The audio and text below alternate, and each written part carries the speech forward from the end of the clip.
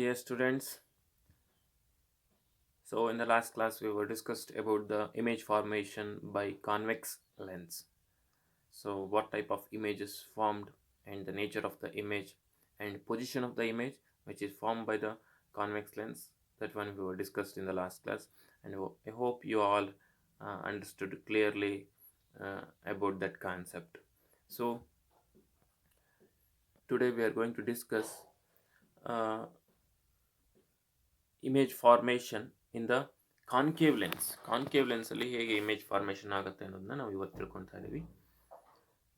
So if you compare with the convex lens and concave lens, in the last class in the convex lens, there are 6 cases. It means uh, um, 6 places your object is placed. In 6 positions object is placed. That means called 6 places. At infinity, beyond center of curvature, at C, that means 2f, between 2f and f, and at f, between f and o, ಆ ರೀತಿ 6 cases ಇತ್ತು. But here in this case, in this concave lens, you are having only 2 cases, as we were studied in convex mirror. Only 2 cases are there. Case number one is when object is placed at infinity. Object is placed at infinity. And the second one is object is placed at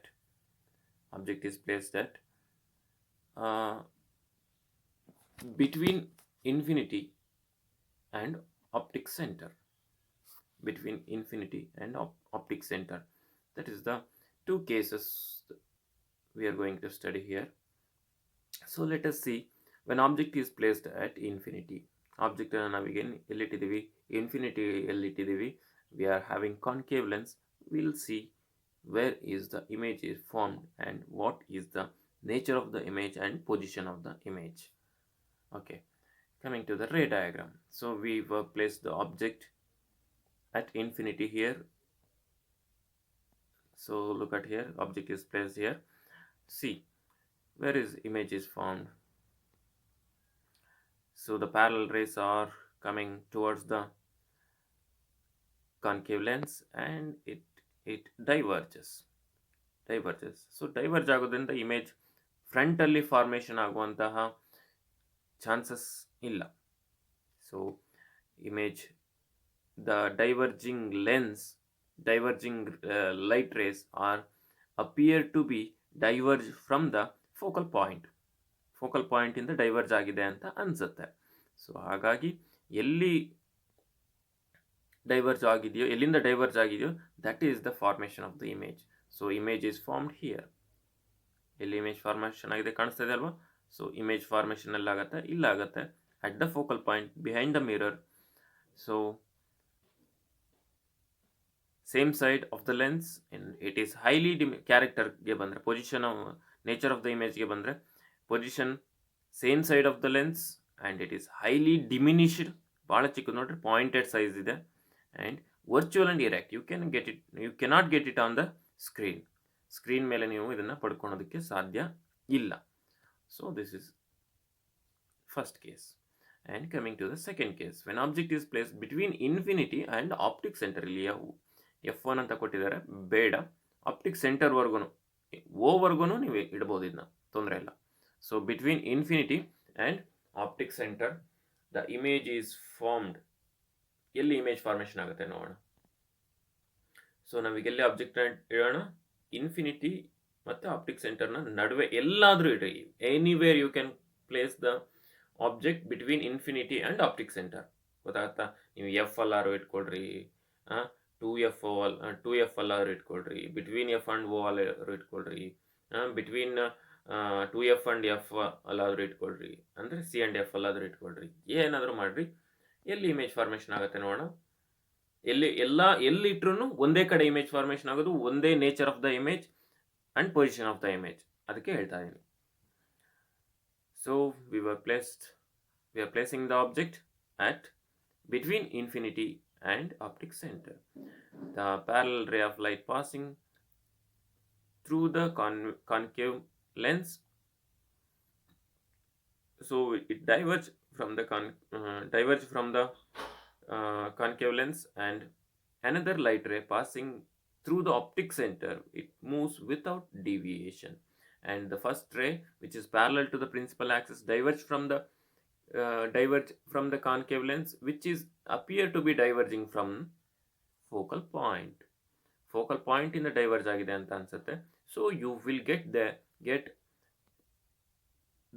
point of intersection ಸಿಗುತ್ತೆ ನಿಮಗೆ. So there the image is formed. So image formation ಆಗಿರೋದು ಕಾಣಿಸ್ತಾ ಇದೆ ಅಲ್ವಾ ನಿಮಗೆ? So this is the image formation in the concave lens when object is placed between infinity and optic center. So the nature of the image is formed between F and O, and image is positioned on the same side between F and O of the same side of the lens na same side ಅಲ್ಲಿ image formation ಆಗುತ್ತೆ. It is diminished.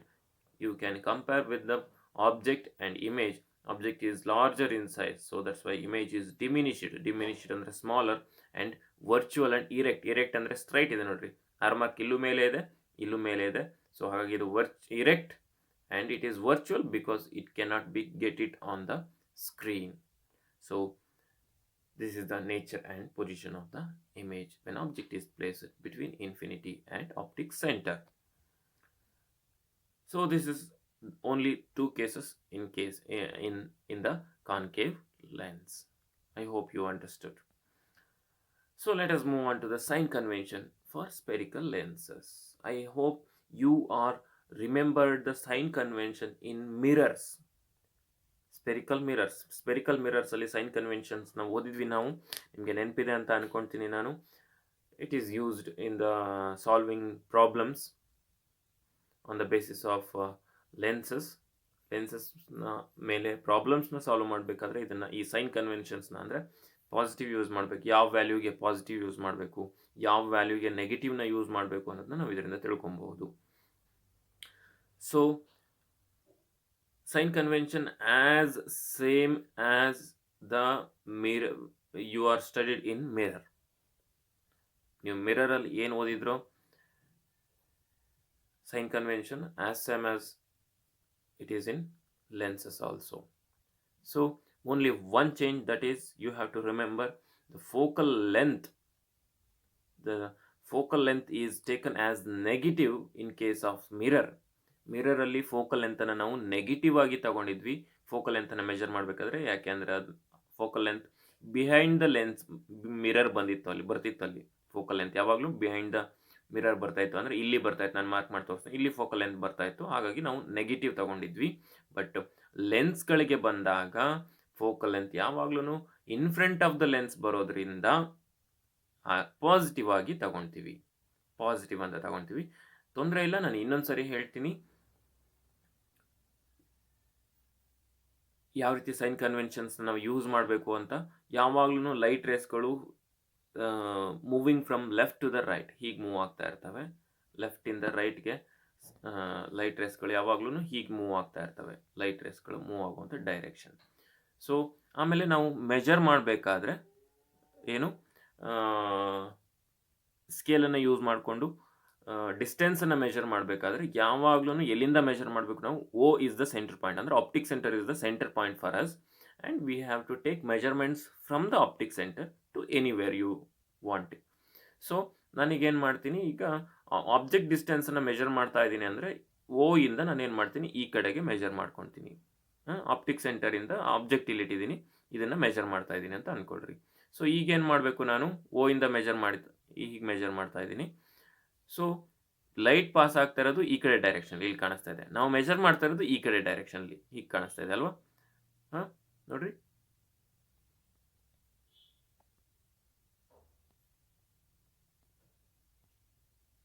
Light pass ಆಗ್ತಾ ಇರೋದು ಹೀಗೆ direction ಅಲ್ಲಿ, ನಾವು measure ಮಾಡ್ತಾ ಇರೋದು ಹೀಗೆ, ಅಂದ್ರೆ ಅಪೋಸಿಟ್ ಡೈರೆಕ್ಷನ್ ಅಲ್ಲಿ. ಲೈಟ್ ಹೀಗೆ ಬರ್ತಾ ಇದೆ, ನಾವು ಮೆಜರ್ ಮಾಡ್ತಾ ಇರೋದು ಹೀಗೆ ಅಂದರೆ ಅಪೋಸಿಟ್ ಡೈರೆಕ್ಷನಲ್ಲಿ ಮೆಜರ್ ಮಾಡ್ತಾ ಇರೋದ್ರಿಂದ ಸೊ ನಾವು ಆಬ್ಜೆಕ್ಟ್ ಡಿಸ್ಟೆನ್ಸನ್ನು ಇದು ಎಷ್ಟೋ ಇದೆ ಅಂತ ಅನ್ಕೋಣ. ಏನು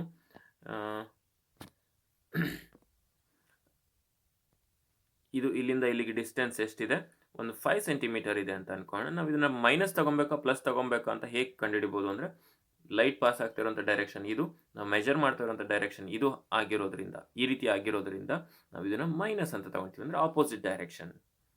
ಗೊತ್ತಾಗತ್ತಾ? ಇನ್ನು ಇಮೇಜ್ ಇಲ್ಲಿ ಫಾರ್ಮ್ ಆಗಿದೆ. ಸೊ ಇದು ಎಷ್ಟು ಡಿಸ್ಟೆನ್ಸಲ್ಲಿದೆ, ಇದು ಒಂದು 4 ಸೆಂಟಿಮೀಟರ್ ಅಂತ ಅಂದ್ಕೊಳ್ರಿ.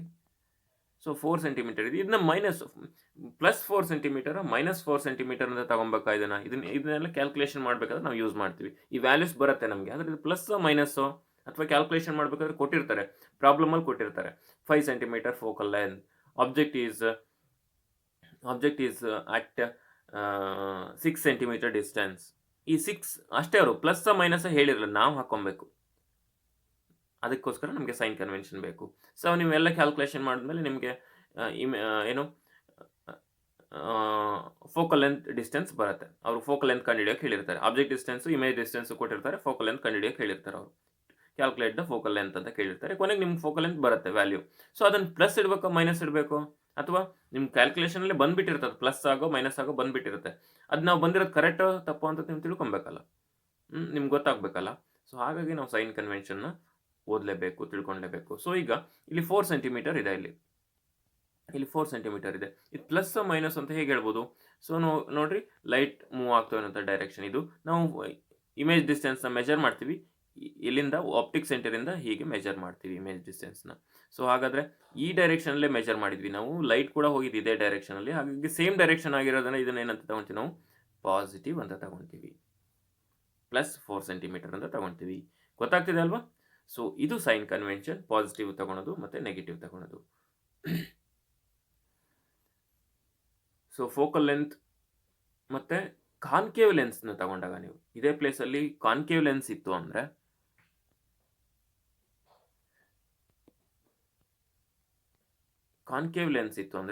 ಫೋಕಲ್ ಲೆಂತು ಇಲ್ಲಿ ಬರುತ್ತೆ, ಇಲ್ಲೂ ಇರುತ್ತೆ. ಬಟ್ ನಾವು ಫೋಕಲ್ ಲೆಂತನ್ನು ಇದನ್ನು ತಗೊಳ್ತೀವಿ ನೆಗೆಟಿವ್. ಫೋಕಲ್ ಲೆಂತ್ ಯಾವಾಗಲೂ ನೆಗೆಟಿವ್ ಆಗಿ ಇರುತ್ತೆ, ಇದು ಪಾಸಿಟಿವ್ ಆಗಿರುತ್ತೆ. ಆದರೆ ನಾವು ಫೋಕಲ್ ಲೆಂತ್ನ ತಗೊಳೋದು ಇದನ್ನು ಮೆಜರ್ ಮಾಡ್ಕೊಳ್ತೀವಿ, ಫೋಕಲ್ ಲೆಂತ್. ಯಾಕೆಂದರೆ ಲೈಟ್ ರೇಸ್ಗಳು ಬಂದು ಡೈವರ್ಟ್ ಆಗಿ, ಎಲ್ಲಿಂದ ಡೈವರ್ಟ್ ಆಗಿದೆ ಅಂತ ಅನಿಸುತ್ತೆ, ಫೋಕಲ್ ಪಾಯಿಂಟಿಂದ ಡೈವರ್ಟ್ ಆಗಿದೆ ಅಂತ ಅನಿಸುತ್ತೆ. ಗೊತ್ತಾಗುತ್ತಾ? ಕಾನ್ಕೇವ್ ಲೆನ್ಸ್ ಆದರೆ ಮೈನಸ್ ಫೋಕಲ್ ಲೆಂತ್ ಬರುತ್ತೆ, ಕಾನ್ವೆಕ್ಸ್ ಲೆನ್ಸ್ ಆದರೆ ಪಾಸಿಟಿವ್ ಫೋಕಲ್ ಲೆಂತ್ ಬರುತ್ತೆ. ಅಲ್ಲಿ ಮಿರರಲ್ಲೂ ಕೂಡ ಫೋಕಲ್ ಲೆಂತ್ ನೆಗೆಟಿವ್ ಇತ್ತು, ಬಟ್ ಕಾನ್ವೆಕ್ಸ್ ಲೆನ್ಸ್ ಇತ್ತು ಅಂದರೆ ಮಾತ್ರ ಫೋಕಲ್ ಲೆಂತ್ ಪಾಸಿಟಿವ್ ಇರುತ್ತೆ, ನೆನ್ಪಿಟ್ಕೊಬೇಕು. ಗೊತ್ತಾಗತ್ತಾ? ಇನ್ನು ಕಾನ್ಕೇವ್ ಲೆನ್ಸಿಗೆ ಕಾನ್ಕೇವ್ ಲೆನ್ಸ್ನ ನೀವು ಲೆನ್ಸ್ ಕೊಟ್ಟಿದ್ದಾರೆ ಪ್ರಾಬ್ಲಮಲ್ಲಿ ಅಂತಂದರೆ ಎಲ್ಲ ವ್ಯಾಲ್ಯೂಸು ನೆಗೆಟಿವೇ ಬರುತ್ತೆ. ಯಾಕೆಂದರೆ ಆಬ್ಜೆಕ್ಟನ್ನು ನಾವು ಇಲ್ಲೇ ಇಟ್ಟಿರ್ತೀವಿ, ಇದು ನೆಗೆಟಿವ್, ಫೋಕಲ್ ಲೆಂತು ಇಲ್ಲೇ ಆಗಿರುತ್ತೆ, ಇದು ನೆಗೆಟಿವ್ ಆಗಿರುತ್ತೆ. ಇನ್ನು ಇಮೇಜು ಇಲ್ಲೆಲ್ಲೋ ಫಾರ್ಮ್ ಆಗಿರುತ್ತೆ, ಸ್ಮಾಲರ್ ಇಮೇಜು, ಇದು ಕೂಡ ನೆಗೆಟಿವ್ ಆಗಿರುತ್ತೆ. ಅರ್ಥ ಆಗತ್ತಾ? ಸೊ ಹಾಗಾಗಿ ಎಲ್ಲ ವ್ಯಾಲ್ಯೂಸು ನೆಗೆಟಿವ್ ಇರುತ್ತೆ ಕಾನ್ಕೇವ್ ಲೆನ್ಸಿಗೆ. ಬಟ್ ಕಾನ್ವೆಕ್ಸ್ ಲೆನ್ಸಿಗೆ ಏನಾಗಿರುತ್ತೆ, ಆಬ್ಜೆಕ್ಟು ಇದು ನೆಗೆಟಿವ್ ಇರುತ್ತೆ, ಫೋಕಲ್ ಪಾಯಿಂಟ್ ಪಾಸಿಟಿವ್ ಇರುತ್ತೆ, ಇಮೇಜು ಕೂಡ ಪಾಸಿಟಿವ್ ಇರುತ್ತೆ. ಗೊತ್ತಾಗತ್ತಾ? ಇದು ನೆಗೆಟಿವ್ ಇರುತ್ತೆ. ಯಾಕೆಂದರೆ ಲೆನ್ಸಿಂದ ಹಿಂದೆ ಮೆಜರ್ ಮಾಡೋದೆಲ್ಲ ನೆಗೆಟಿವ್. ಇಷ್ಟೇ ತಿಳ್ಕೊಳ್ರಪ್ಪ, ಲೆನ್ಸಿಂದ ಹಿಂದೆ ಮೆಜರ್ ಮಾಡೋದೆಲ್ಲ ನೆಗೆಟಿವ್, ಇದು ನೆಗೆಟಿವ್ ವ್ಯಾಲ್ಯೂ. ಲೆನ್ಸಿಂದ ಮುಂದೆ ಮೆಜರ್ ಮಾಡೋದೆಲ್ಲ ಪಾಸಿಟಿವ್ ವ್ಯಾಲ್ಯೂ. ಇಷ್ಟು. ಇನ್ನು above the direction height measure ಮಾಡಬೇಕಾದ್ರೆ ಇದು ಪಾಸಿಟಿವ್ ಆಗಿರುತ್ತೆ. ಪ್ರಿನ್ಸಿಪಲ್ ಆಕ್ಸಿಸ್ನ ಮೇಲೆ ಮೆಜರ್ ಮಾಡಬೇಕು ಅಂದರೆ ಅದು ಪಾಸಿಟಿವ್, ಪ್ರಿನ್ಸಿಪಲ್ ಆಕ್ಸಿಸ್ನ ಕೆಳಗಡೆ ಇರುವಂಥ ಹೈಟನ್ನು ಮೆಜರ್ ಮಾಡಬೇಕು ಅಂದರೆ ಅದು ನೆಗೆಟಿವ್. ಇದನ್ನು ಮೆಜರ್ ಮಾಡಬೇಕಾದ್ರೆ ಇದು ನೆಗೆಟಿವ್ ಆಗಿರುತ್ತೆ. ಇದು ಮೇಲ್ಗಡೆ ಮೆಜರ್ ಮಾಡ್ತೀವಲ್ಲ, ಇದರ ಹೈಟನ್ನು ಮೆಜರ್ ಮಾಡಬೇಕಾದ್ರೆ, ಆಬ್ಜೆಕ್ಟನ್ನು ಹೈಟ್ನ ಮೆಜರ್ ಮಾಡಬೇಕಾದ್ರೆ ಇದು ಪಾಸಿಟಿವ್ ಆಗಿರುತ್ತೆ. ಇಷ್ಟು ಸೈನ್ ಕನ್ವೆನ್ಷನ್ಸ್. ಗೊತ್ತಾಗ್ತಿದೆಯಾ? Let us move on to the next. So okay, lens formula ಅಂತ ಇದೆ. ಇದನ್ನು ಕೂಡ ನೀವು ಓದಿದ್ದೀರಾ, ಮಿರರ್ನ ಫಾರ್ಮುಲಾದಲ್ಲಿ ಓದಿದ್ದೀರಾ. ಇದು lens formula, just one difference, that is the sign. ಅಲ್ಲಿ ಪಾಸಿಟಿವ್ ಇತ್ತು, ಇಲ್ಲಿ ನೆಗೆಟಿವ್ ಬರುತ್ತೆ. 1/f is equal to 1/u minus 1/v.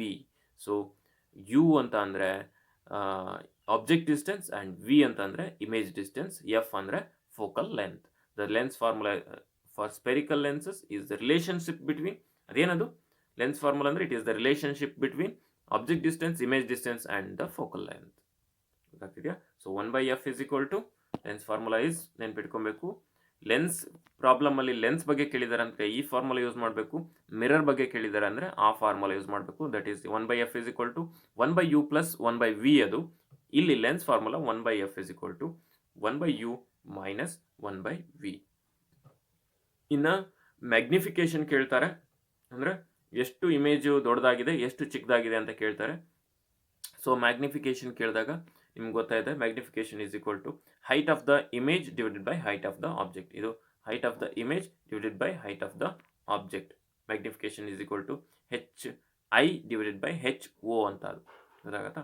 ಇನ್ನು ಹೈಟ್ ಕೊಟ್ಟಿರಲಿಲ್ಲ ಅಂದರೆ ನಾವೇನು ತಗೊಬೋದು, V/U ತಗೊಬೇಕು. ಅಲ್ಲಿ -V/U ತಗೊಂಡಿದ್ವಿ ಇಲ್ಲಿ ಮಿರರಲ್ಲಿ, ನೆನಪಿದೆಯಾ ನಿಮಗೆ? ಇಲ್ಲಿ ನಾವು ಬರೀ V/U, M is equal to V/U ತಗೊಳ್ತೀವಿ. So magnification is equal to V/U ಅಷ್ಟೇ. This is the magnification formula. If they are not given the height ಕೊಟ್ಟಿಲ್ಲ ಅಂತ ಅಂದರೆ ಮ್ಯಾಗ್ನಿಫಿಕೇಶನ್ನ ನಾವು V/U ಅಲ್ಲಿ V/U ಮಾಡಿದರೆ ನಮಗೆ ಮ್ಯಾಗ್ನಿಫಿಕೇಶನ್ ಸಿಗತ್ತೆ. ಅಂದರೆ ಎಷ್ಟು ಪಟ್ಟು ದೊಡ್ಡದಾಗಿದೆ ಅಂತ. ನಮಗೆ 1, 2 ಬರುತ್ತೆ, 1, 2, 3 ಬರುತ್ತೆ ಮ್ಯಾಗ್ನಿಫಿಕೇಶನ್, ಅಷ್ಟೇ, ಜಾಸ್ತಿ ಬರಲ್ಲ. ಸೊ 1 ಬಂತು ಅಂದರೆ ವ್ಯಾಲ್ಯೂ, ಈಗ 1 ಮೀಟರ್ ಇತ್ತು ಅಂದರೆ ಅದು 2 ಮೀಟರ್ ಆಗಿದೆ ಅಂತ. 2 ಬಂತು ಅಂತ ಅಂದರೆ ವ್ಯಾಲ್ಯೂ, ಮ್ಯಾಗ್ನಿಫಿಕೇಶನ್ 2 ಇದೆ ಅಂತ ಅಂದರೆ ಏನು ಹೇಳಬೇಕು ನಾವು, ಮ್ಯಾಗ್ನಿಫಿಕೇಶನ್ 2 ಬಂತು ಅಂತ ಅಂದರೆ ಇಲ್ಲಿ ನಾವು 2 ಸೆಂಟಿಮೀಟರ್ ಇತ್ತು ಆಬ್ಜೆಕ್ಟ್ನ ಹೈಟ್ ಅಂತ ಅಂದರೆ ಮ್ಯಾಗ್ನಿಫಿಕೇಶನ್ 2 ಬಂತು ಅಂದರೆ ಅದು 4 ಸೆಂಟಿಮೀಟರ್ ಇದೆ ಅಂತ ಅರ್ಥ. ಗೊತ್ತಾಗ್ತಿದೆಯಾ? ಇನ್ನು -4 ಬಂದಿತ್ತು ಅಂದರೆ ಅದು ಪ್ರಿನ್ಸಿಪಲ್ ಆಕ್ಸಿಸಿಂದ ಕೆಳಗಿದೆ ಅಂತ ಅರ್ಥ, +4 ಬಂದಿತ್ತು ಅಂದರೆ ಪ್ರಿನ್ಸಿಪಲ್ ಆಕ್ಸಿಸಿಂದ ಮೇಲಿದೆ ಅಂತ ಅರ್ಥ. ಗೊತ್ತಾಗ್ತಿದೆಯಾ? ಆ ವ್ಯಾಲ್ಯೂಸ್ ನೋಡಿ ನಾವು ಇಮೇಜ್ ಎಲ್ಲಿ ಫಾರ್ಮೇಷನ್ ಆಗುತ್ತೆ ಅಂತ ತಿಳ್ಕೊಬೋದು. ಗೊತ್ತಾಗ್ತಿದೆಯಾ? So this is magnification and lens formula. So ನಾವೇನೇನು ತಿಳ್ಕೊಂಡ್ವಿ, ಸೊ ಇದೊಂದು ಬರ್ಕೊಳ್ರಿ ಕ್ವಶನ್ನು. ಏನು,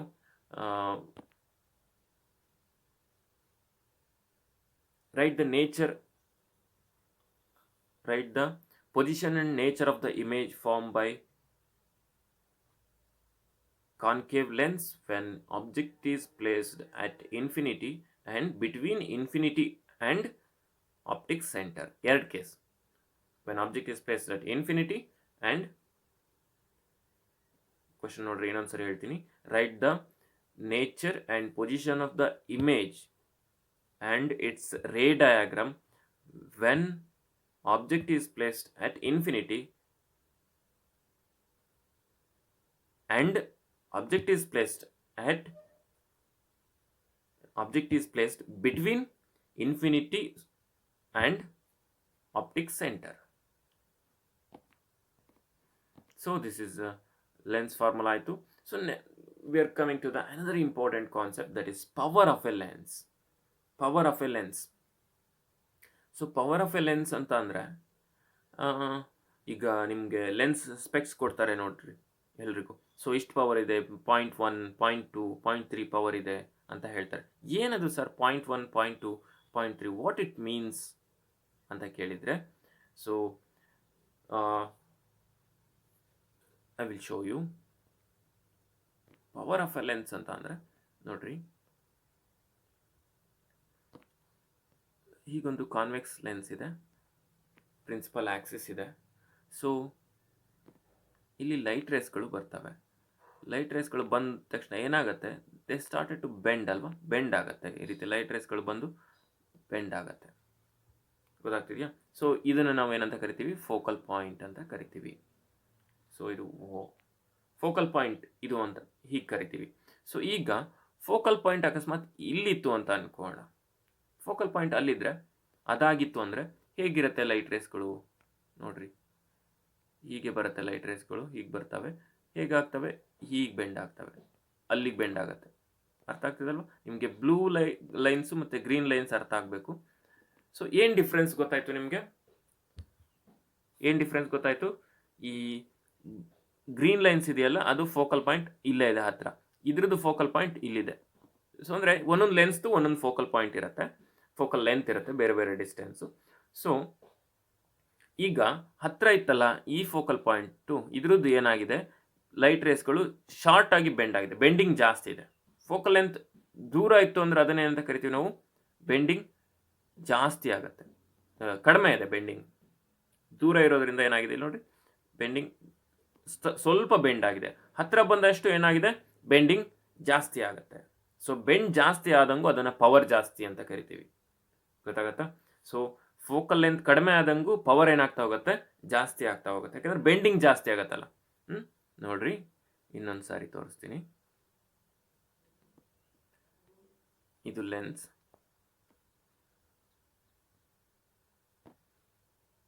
ಫೋಕಲ್ ಪಾಯಿಂಟ್ ಇದಾಗಿತ್ತು ಅಂತ ಅನ್ಕೋಣ.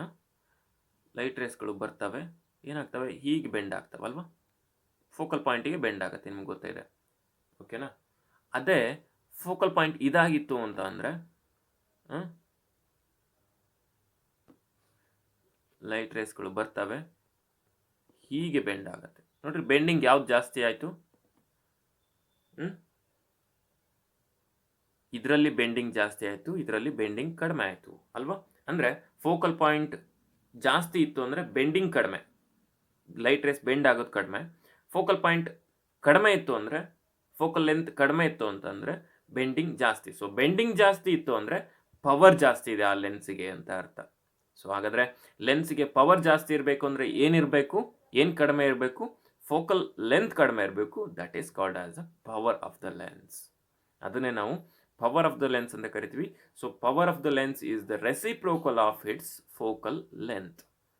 ಒಂದು ಲೆನ್ಸ್ನ ಫೋಕಲ್ ಲೆಂತ್ನ ರೆಸಿಪ್ರೋಕಲ್ ಅನ್ನು ನಾವೇನಂತ ಕರಿತೀವಿ, ಪವರ್ ಆಫ್ ದ ಲೆನ್ಸ್ ಅಂತ ಕರಿತೀವಿ. ಸೊ ಅದು ಉಲ್ಟಾ ಇರುತ್ತೆ, ಅಂದರೆ ಫೋಕಲ್ ಲೆಂತ್ ಕಡಿಮೆ ಆದರೆ ಪವರ್ ಜಾಸ್ತಿ ಆಗುತ್ತೆ, ಪವರ್ ಜಾಸ್ತಿ ಇದೆ ಅಂದರೆ ಫೋಕಲ್ ಲೆಂತ್ ಕಡಿಮೆ ಇರುತ್ತೆ. ಫೋಕಲ್ ಲೆಂತ್ ಜಾಸ್ತಿ ಇದ್ದರೆ ಪವರ್ ಕಡಿಮೆ, ಫೋಕಲ್ ಲೆಂತ್ ಕಡಿಮೆ ಇದ್ದರೆ ಪವರ್ ಜಾಸ್ತಿ, ಉಲ್ಟಾ. ಎಷ್ಟು ನೆನ್ಪಿಟ್ಕೊಳ್ರಿ, ಗೊತ್ತಾಗತ್ತಾ? ಸೊ ಟೋಟಲ್ ಆಗಿ power of the lens depends upon the focal length, that is reciprocal, ಅಂದರೆ ಉಲ್ಟಾ ಅಂತ. ಗೊತ್ತಾಗ್ತಿದೆಯಾ? So that's why we have a formula for that is power of the lens is 1/f. Power of the lens is equal to 1/f, or it is also called f is equal to 1/p, ಉಲ್ಟಾ. p ಅಂದರೆ power of the lens, and it is having SI unit. ನೋಡ್ರಿ, focal ಲೆಂತನ್ನು ನಾವು ಮೀಟರಲ್ಲಿ measure ಮಾಡ್ತೀವಲ್ವ, ಹಾಗೇನೆ ಇದಕ್ಕೊಂದು SI unit ಇದೆ, ನೀವು ನೆನ್ಪಿಟ್ಕೊಂಡ್ಲೇಬೇಕು ಇದನ್ನು. That is dioptre, SI unit of the power. ಒಂದು ಪವರ್ ಆಫ್ ದ ಲೆನ್ಸ್ನ SI ಯೂನಿಟನ್ನು ನಾವು ಹೇಗೆ ಮೆಜರ್ ಮಾಡ್ತೀವಿ, ಡಯಾಪ್ಟ್ರೆ ಅಂತ ಮೆಜರ್ ಮಾಡ್ತೀವಿ. ಗೊತ್ತಾಗ್ತಿದೆಯಾ? ಸೊ ಈ 1 ಡಯಾಪ್ಟ್ರೆ ಅಂತ ಕರಿತೀವಿ ಅಂತಂದರೆ, ಪವರ್ ಆಫ್ ದ ಲೆನ್ಸ್ 1 ಇದೆ, ಪವರ್ ಅದರದ್ದು, ಆ ಲೆನ್ಸ್ ಪವರ್ 1 ಇದೆ, ಅಥವಾ 1 ಡಯಾಪ್ಟ್ರೆ ಅಂತ ಕರಿತೀವಿ. 1 ಡಯಾಪ್ಟ್ರೆ ಇದೆ, 1D ಇದೆ ಅಂತ ಅಂದರೆ, 1D ಇದೆ, ಈ ಯಾವುದೋ ಒಂದು ಲೆನ್ಸ್ ತಗೊಂಡಿದ್ದೀವಿ, ಈ ಲೆನ್ಸ್ ಇದೆ, ಇದರ ಪವರ್ ಎಷ್ಟಿದೆ, 1D ಇದೆ. ಹಾಗಾದರೆ ಅದರ ಫೋಕಲ್ ಲೆಂತ್ ಎಷ್ಟಿರಬೇಕು ಅಂತ ಅಂದರೆ, ಎಷ್ಟಿರುತ್ತೆ ಅಂದರೆ 1 ಮೀಟರ್ ಇರುತ್ತೆ. ಸೊ 1 ಮೀಟರ್ ಇತ್ತು ಅಂದರೆ ಅದರ ಪವರ್ ಎಷ್ಟಿರುತ್ತೆ, 1 ಡಯಾಪ್ಟ್ರೆ ಇರುತ್ತೆ ಅಂತ ನೆನ್ಪಿಟ್ಕೊಬೇಕು ನೀವು. ಆ್ಯಂಡ್ ಇದು ಕಾನ್ವೆಕ್ಸ್ ಲೆನ್ಸ್ ಆಗಿತ್ತು ಅಂದರೆ ಅದು ಪಾಸಿಟಿವ್ ಇರುತ್ತೆ, ಅದೇ ಕಾನ್ಕೇವ್ ಲೆನ್ಸ್ ಆಗಿತ್ತು ಅಂದರೆ ಅದು ನೆಗೆಟಿವ್ ಇರುತ್ತೆ. ಗೊತ್ತಾಗುತ್ತೆ? ಅದರ ವ್ಯಾಲ್ಯೂ +1 ಆಗಿರುತ್ತೆ, 1 ಡಯಾಪ್ಟರ್ ಆಗಿರುತ್ತೆ. ಅದೇ ಕಾನ್ಕೇವ್ ಲೆನ್ಸ್ 1 ಮೀಟರ್ ಇತ್ತು ಅಂದರೆ ಫೋಕಲ್ ಲೆಂತ್ ಅದು -1D ಆಗಿರುತ್ತೆ ಅದರ ಪವರ್. ಗೊತ್ತಾಗತ್ತಾ? So power of the lens is negative for concave lens and power of the lens is positive for convex lens. ಅರ್ಥ ಆಗ್ತಿದೆ ಅಲ್ವಾ? So if you are having a power of the lens, let us see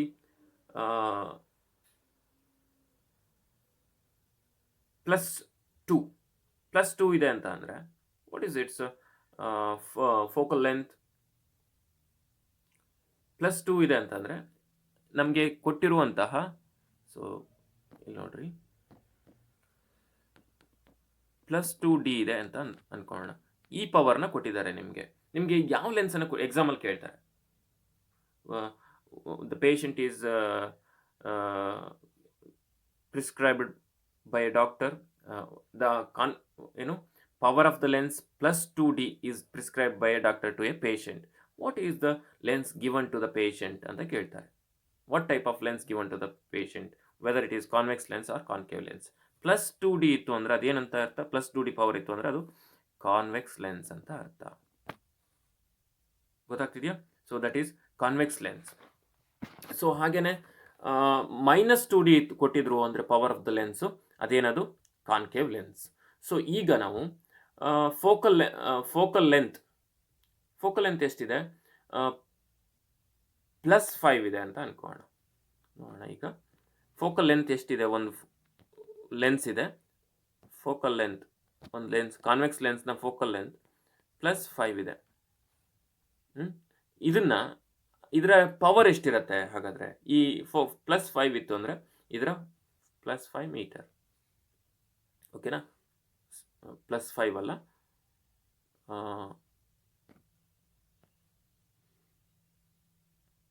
+0.5 metre ಇದೆ ಅಂತ ಅನ್ಕೋಣ. So ಇದರ power ಎಷ್ಟಿದೆ? ಇದರ power ಎಷ್ಟಿದೆ ಅಂತ ಅಂದರೆ ನಾವೀಗ 1/f d = ಪವರ್ ಕಂಡುಹಿಡಬೇಕು ಅಂದರೆ 1/f ಹಾಕೊಬೇಕು. ಸೊ 1/0.5 ಹಾಕೊಂಡ್ರೆ ನಾವು ಪ್ಲಸ್ ಇರುತ್ತೆ. ಹಾಗೇನೆ ನಮ್ಗೆ ಎಷ್ಟು ಆನ್ಸರ್ ಬರುತ್ತೆ? ಎಷ್ಟು ಬರುತ್ತಪ್ಪ ನಮಗೆ ಆನ್ಸರ್ ಅಂತ ಅಂದರೆ 2 ಬರುತ್ತೆ. 2D ಗೊತ್ತಾಗತ್ತಾ? ಸೊ 2D ಬರುತ್ತೆ ಆನ್ಸರ್ ನಮಗೆ. ಸೊ ಅದೇ ಥರನೇ ಈಗ power of the lens focal length 0.40 metre ಇದೆ ಅಂತ ಅನ್ಕೋಣ. Power of the lens -0.40 metre ಇದೆ ಅಂತ ಅಂದ್ಕೊಂಡ್ರೆ ನಮಗೆ ಪವರ್ ಎಷ್ಟು ಬರುತ್ತೆ ಅಂತ ಅಂದರೆ, ಪವರ್ ಆಫ್ ದ ಲೆನ್ಸ್ ಎಷ್ಟು ಬರುತ್ತಪ್ಪ ಅಂದರೆ -2.5 ನೋಡಿರಿ 1/40 ಮಾಡಿದ್ರೆ 0.40 ಮಾಡಿದರೆ ನಮಗೆ ಎಷ್ಟು ಬರುತ್ತೆ ಆನ್ಸರು? D -2.5 D ಬರುತ್ತೆ ಡಯಾಪ್ಟ್ರೆ. ಗೊತ್ತಾಗತ್ತಾ? So this is called power of the lens. ಈ ರೀತಿ ಪವರ್ ಆಫ್ ದ ಲೆನ್ಸನ್ನು ನಾವು ಮೆಜರ್ ಮಾಡ್ಬೋದು. ಎಕ್ಸಾಮಲ್ಲಿ ಪವರ್ ಆಫ್ ದ ಲೆನ್ಸ್ಗಳ ಬಗ್ಗೆ ಕ್ವಶನ್ಸ್ನ ಈ ರೀತಿ ಕೇಳ್ತಾರೆ. ಅರ್ಥ ಆಗ್ತಿದೆ ಅಲ್ವಾ? So this is about the lens, light reflection and refraction, dear students. I hope you all understood all the classes I have given about the light reflection and refraction till now. I hope you all understood. If you are having any doubts regarding the light lesson, you can ask me in the group. I'm going to answer that. So this completes the lesson, light reflection and refraction. Thank you.